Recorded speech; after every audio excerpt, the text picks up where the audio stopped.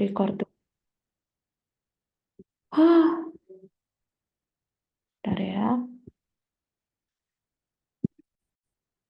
88 dan full sama ya teman-teman, dengan warna yang sama, dan teksnya di 12. Kurang terlihat ya teman-teman, kalau sini bisa dinaikin kembali aja bisa seperti seperti itu. Di sini biasanya ada forgot password, user lupa ya.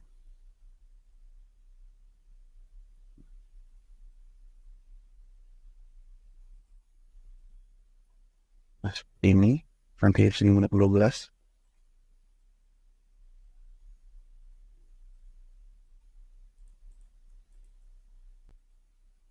Ini biasanya login ya teman-teman.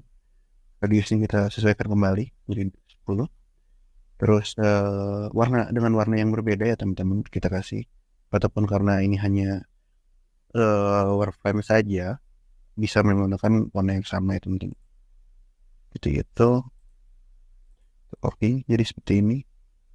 Hilangkan struknya, terus teksturnya kita ganti jadi login ya. Nah, untuk di sini biasanya kita ada login with us.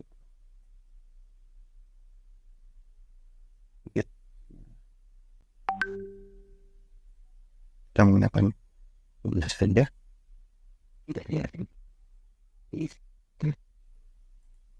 Seperti ini. Karena kita tidak menyiapkan beberapa ikonnya, jadi kita bisa menggunakan plugin ya teman-teman.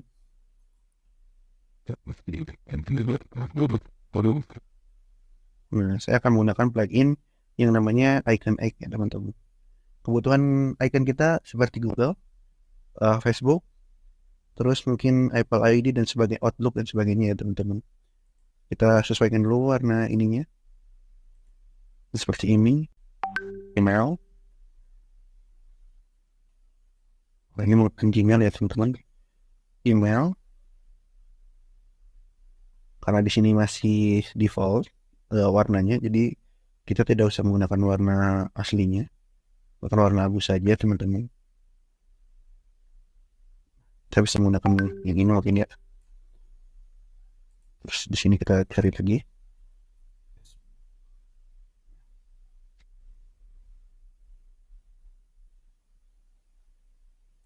Dari salah satu saja.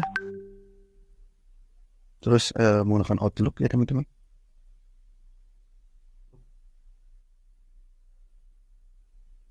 Nah, ini. Terus menggunakan Apple ID gitu. Tidak.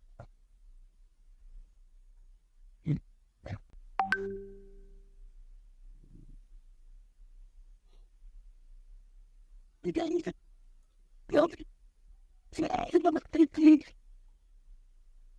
bisa menggunakan Apple ID di sini. Karena kita menggunakan icon glyphs, jadi kita harus konsisten ya teman-teman. Nah, tinggal menyesuaikan aja dengan ukurannya teman-teman. Di sini saya akan mengurangi ukurannya menjadi 20. Oh, terlalu kecil juga ya 20. Mungkin 40 ya teman-teman. Sesuaiin. All overnya juga masih terlalu besar, dia tinggal menyesuaikan aja agar icon ini konsistennya teman-teman 30 30.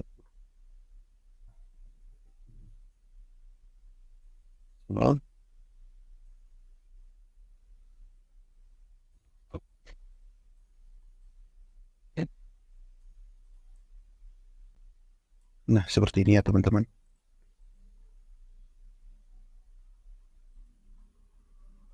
Nah, untuk teks ini biasanya digunakan untuk bila kalian tidak menggunakan ini ya teman-teman. Login ataupun bacanya belum memiliki akun register sekarang gitu. Biasanya seperti itu.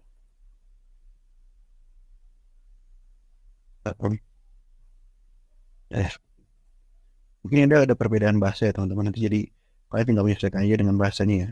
Nah, seperti itu. Ini sudah jadi ya teman-teman, perbedaannya sudah ada kan. Logiknya seperti ini, teman-teman bisa memikirkan nanti ketika nanti membuat Warframe itu ada Warframe Lo-Fi dan Hi-Fi ya teman-teman. Jadi tergantung pada pemakaiannya teman-teman ya. Seperti itu sih teman-teman. Mungkin yang bisa saya praktekkan dari Warframe ini. Jadi nanti kita bisa lanjut ke fase Hi-Fi-nya teman-teman. Nah, terima kasih.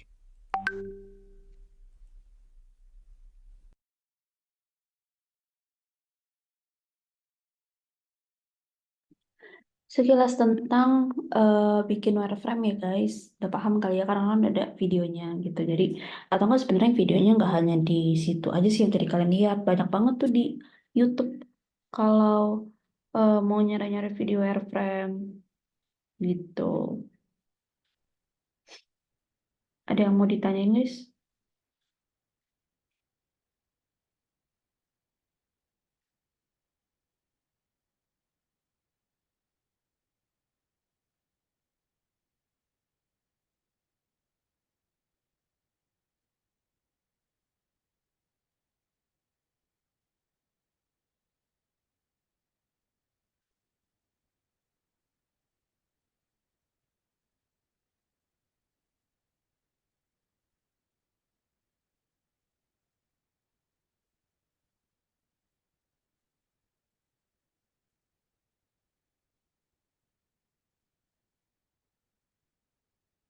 Ada yang mau ditanyain guys? Kalau misalkan emang nggak mau on mic, ya udah nggak apa-apa lewat chat Zoom aja.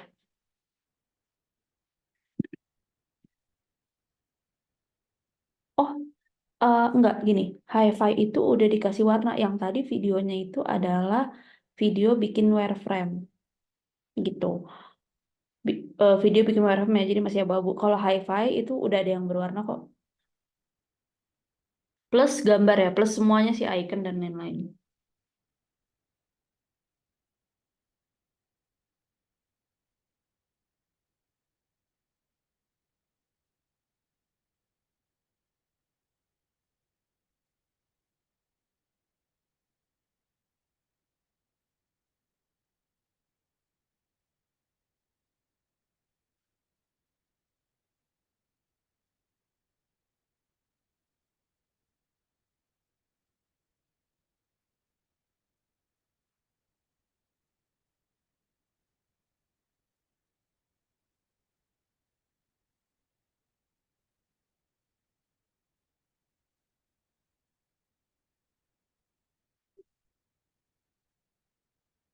Jadi Lava itu kayak masih thumbnail gitu kalau Eva udah jadi. Iya betul. Betul betul betul betul. Bahasanya apa ya? Apa ya thumbnail lah kali ya. Iya, ya bisa sih. Ya pokoknya kalau Lava itu adalah sketsa yang masih 0 sampai 50%. Masih setengah jadi ya. Which is belum ada. Maksudnya udah ada layoutnya. Cuman belum dikasih warna sama gambar.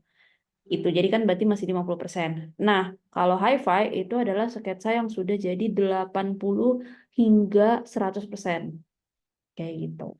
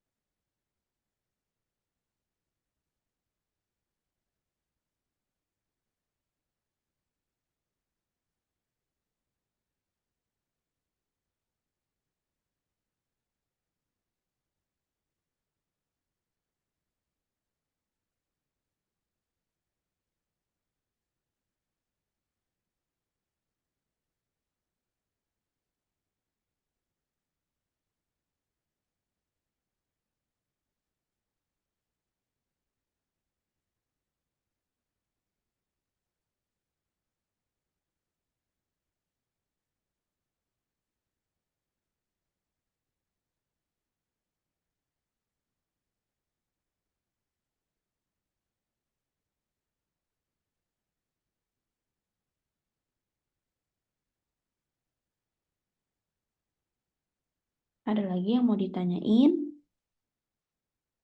Ayo guys, nanya guys. Yuk, yuk, yuk. Atau aku yang nanya? Ya, aku aja yang nanya. Hmm, kemarin tuh aku tuh sempet lihat ininya, Figmanya. Dari kalian tuh udah, maksudnya dari beberapa orang ya gitu, dari kalian udah sangat-sangat bagus sih hasil karyanya. Kayak beberapa orang tuh kayak sebenarnya tuh udah bisa gitu. Cuman memang perlu apa ya? Perlu dipoles lagi biar makin bagus gitu. Tapi maksudnya gini, udah bisa secara basic kan sebenarnya tuh desain tuh toolsnya tuh kayak gitu loh guys. Maksudnya kayak nggak ada perubahan. Sebenarnya tuh sama-sama aja secara toolsnya ya. Ada kayak pensil, oh nanti ngapus caranya gini, gini, gini. Cuman yang membedakan tuh adalah konsep desainnya aja. Kalau grafik kan memang lebih ke, grafik desain itu lebih ke eh, visual banget ya. Maksudnya kayak banner, kayak gitu-gitu kan visual banget. Tapi kalau kan, dan mereka biasanya pakai AI, Adobe Ilustrasi, biasanya itu pakai AI. Nah, kalau misalkan apa namanya UI UX itu kan konsep desain yang berbeda. Dia itu konsep desain yang memerlukan UT, ada testingnya lah segala macam gitu loh, ada risetnya. Sebenarnya ya bukan lebih ribet ya, lebih lebih tertata UI UX karena dia ada metodenya. Walaupun sebenarnya graphic design mungkin juga ada metodenya juga gitu.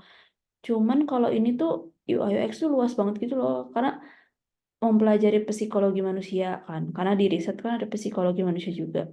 Terus mempelajari kita caranya berbicara dengan orang atau berempati dengan orang kayak gitu-gitu. Jadi banyak yang apa namanya, kita pun sebagai desainer gak hanya desain gitu loh, tapi melatih skill komunikasi juga, melatih skill critical thinking, melatih skill testing kayak gitu. Itu sih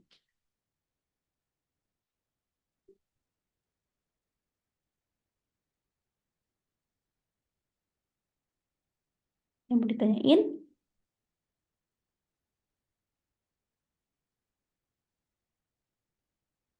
Cukup. Ada tuh, ada Alfian. Oke, silakan. Halo Kak, selamat malam. Iya, halo, selamat malam. Gimana, gimana? Mau tanya, saat pembuatan Lofi itu kenapa ya kok apa kata-katanya itu berupa kata teks nggak langsung seperti di Heavy gitu. Misalnya di Lofi di bagian kolom itu seharusnya katanya apa ya, email, terus di Heavy itu udah langsung ke email gitu tulisannya. Katanya deh. Maksudnya gimana, gimana? Email, email. Eh, Sorry, sorry. Tadi kan di videonya kan di Lofi itu kan kata-katanya berupa teks-teks gitu ya Mhm. tulisannya. Nah, Iya. di Heavy kan udah langsung ada email, ada password dan lain sebagainya. Kenapa di Love nggak langsung seperti di Heavy gitu kata-kata? Oh, ya sebenarnya bisa aja langsung kayak di apa namanya, di hi-fi, misalkan kayak email mau password gitu bisa, karena kan teks email dan password itu adalah sebuah konten, bener kan? Itu tuh sebenarnya konten kan, konten isiannya. Oh, nanti user isi password sama email gitu ya, nggak apa-apa juga gitu. Kalau di Lo-Fi udah berupa teks email atau password, nggak masalah. Cuman memang mungkin tadi di videonya mungkin orangnya belum kepikiran atau gimana gitu di Lo-Fi-nya mau isi konten apa. Jadi makanya di hi-fi baru kepikiran dan ya udah ditulis gitu. Sebenarnya nggak masalah sih kalau masalah apa tadi yang email password. Kalau peletakan itu malah lebih baik menurut aku ya. Peletakan itu lebih baik di lo-fi. Maksudnya di ini ya yang masih abu-abu gitu loh. Peletakan untuk layouting kayak konten, layouting dan lain-lain tuh enakan udah ada gambaran di lo-fi-nya. Baru nanti di hi-fi tuh sebenarnya tinggal ngegambar, sorry, ngelukis aja gitu loh. Kayak ngebagusin, oh ya dikasih pattern misalkan gelombang-gelombang, terus dikasih warna, oh ya ntar dikasih icon, ngerapihin doang, ntar pixelnya dirapihin kayak gitu, enaknya gitu. Gitu sih. Oke, terima kasih Kak. Oke. Kamu tanya tapi OOT, bisa jelasin dikit nggak tentang user journey map? Dari semua tahap masih kurang paham di situ. Oke, jadi ini aku share screen yang ini aja kali ya, user journey map. Share screen Google aja ya, biar kalian paham user journey map. User journey map tuh ada di tahap, eh nih, berada di tahap biasanya ada di define customer journey mapping atau user journey map nih. Kalau kalian lihat. Ini aku nggak ada PPT-nya sih, cuman nggak apa-apa lah ya dari Google ya. Ini dari sini. Nah, pokoknya sebenarnya kan user journey map itu ini loh, menggambarkan perjalanan user ketika dia melakukan sebuah tindakan atau melaksanakan sebuah journey-nya. Journey-nya apa? Misalkan contoh journey pembayaran kayak gitu. Dari awal sampai akhir tuh seperti apa gitu. Nah, di sini kan nih dituliskan mendemonstrasikan cara pengguna berinteraksi dengan produk, website atau layanan pada saat ini, mendemonstrasikan kemungkinan cara pengguna berinteraksi dengan produk, website atau layanan di masa depan. Jadi memang customer journey map itu bisa ada dua tipe. Jadi yang pertama adalah user journey map as a manual proses. Manual proses itu seperti apa? Contohnya gini, manual proses itu kayak ini loh. Contohnya gini. Dulu nih ya, dulu kan kalau kita ke bank itu mau ngambil duit caranya gimana? Ya kan paling ya kalau misalkan ada ATM ya. Tapi dulu setahu aku kalau mau nabung lebih dari angka yang standarnya itu harus ke teller. Kalau nggak salah ya dulu sih gitu ya. Pokoknya intinya dulu sebelum ada mobile banking kita tuh kalau ke banking itu mau nabung atau mau apa tuh harus mendatangi bank gitu loh. Dan harus ke teller setahu kok gitu. Nah itu tuh adalah proses manualnya guys dulu ya. Manual sebelum ada digital banking dan lain-lain gitu kan. Kita harus ke bank antri lama panjang gitu kan. Sampai seharian juga bisa. Nah, sedangkan kalau yang proses yang saat ini user journey map-nya kan sebenarnya udah nggak ada ngantri lagi, tapi lebih ke pakai ya udah pakai aplikasi gitu kan. Dia tinggal ngeklik menu ini, menu ini, menu ini. Nah, itu juga sebuah journey gitu. Jadi ada dua tipe journey yang as a manual proses sama journey as a system proses kayak gitu. Terus, nah user journey map itu ada template-nya sebenarnya. Ada template maksudnya gimana cara ngerjain user journey map atau itu gimana gitu kan caranya. Sebenarnya as simple as that adalah customer journey mapping itu kayak gini. Yang pertama, ini biasanya aku sih sering pakai sih karena emang simple ya. Maksudnya sebenarnya banyak nih tipenya, cuman ini tuh lebih simple. Kalau kalian mau yang lebih apa ya namanya kayak lebih advance itu juga ada lagi yang kayak gini nih advance kayak gitu. Ini lebih advance. Ini ya standar lah ya. Jadi apa namanya? Kalau aku sendiri ya kalau kalian mau simple ya pakainya ini. Cuman kalau aku sendiri sih ya biasa pakai yang kayak gini-gini aja nih. Mirip-mirip lah kayak gini customer journey mappingnya.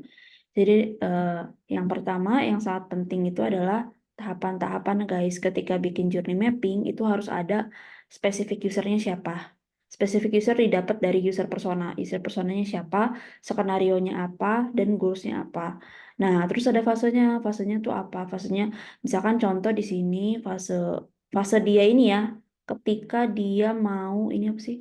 Dia tuh eh oh, dia tuh kayak mau beli mobil.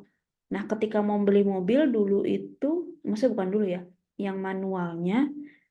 Tapi kalau sekarang mah udah nggak manual sih guys, tuh udah ada HP sama handphone ya. Berarti saat ini aja gitu kan. Shopping a new car yang tahapan pertama apa sih? Consider kan. Consider dia mungkin lihat di TV atau gimana mempertimbangkan gitu ya. Terus explore, explore apa? Explore macam-macam. Ada harga biasanya gitu kan. Kalau kalian mau beli mobil, harga, tipe mobilnya apa, terus spesifikasi mobilnya seperti apa. Terus compare, udah pasti dong nyari yang paling murah harganya. Maksudnya toko yang paling murah atau enggak yang emang masih banyak promo gitu. Biasanya tokonya ada yang kayak gitu.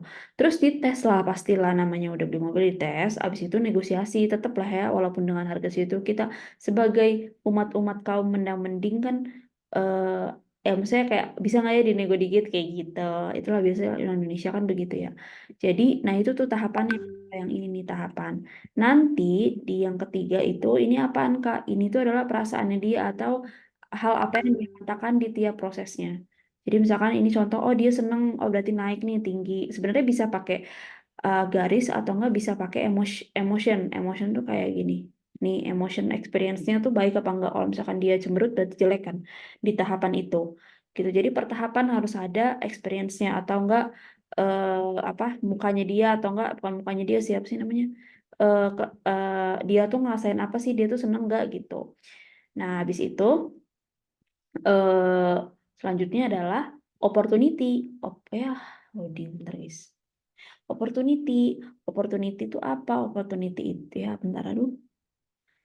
Bentar ya. Nah, opportunity itu adalah hal-hal yang biasanya eh kayak ideation gitu loh. Jadi kalau dari masalah ini tuh opportunity-nya apa ya, kesempatannya apa ya gitu yang bisa diperbaiki. Nah kalau internal ownership apa aja yang apa namanya bahasa-bahasan audit internal gitu kayak apa namanya marketingnya nanti mau disebar seperti apa kayak gitu-gitu sih itu internal ownership sih. Tapi itu kita nggak usah mikirin itu, yang terpenting adalah mikirin yang utamanya tuh fase, terus customernya siapa, spesifiknya ekspektasinya dia apa atau goalsnya dia tuh apa, skenarionya apa. Ini skenarionya kan dia mau beli ini ya, mau beli mobil, terus yang paling penting adalah fase-fasenya sama experience-nya dia di tiap fasenya. Itu sih, itu journey map gitu. Maaf ya agak banyak. Oke, udah aman. Thank you, Kak. Sama-sama. Oke, ini Alfian nih masih nanya-nanya nih. Bukan nanya, masih mengangkat tangan. Enggak, Iya, halo. enggak, kepencet. Oke,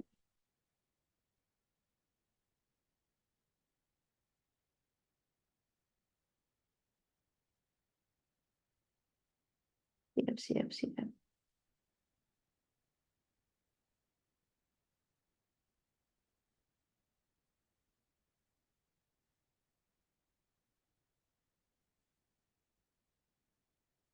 Ada lagi? Nggak ada. Kalau nggak ada, kita tutup ya hari ini ya. Udah jam 9 juga. Thank you so much yang udah hadir. Terima kasih, kita sampai jumpa besok hari. Thank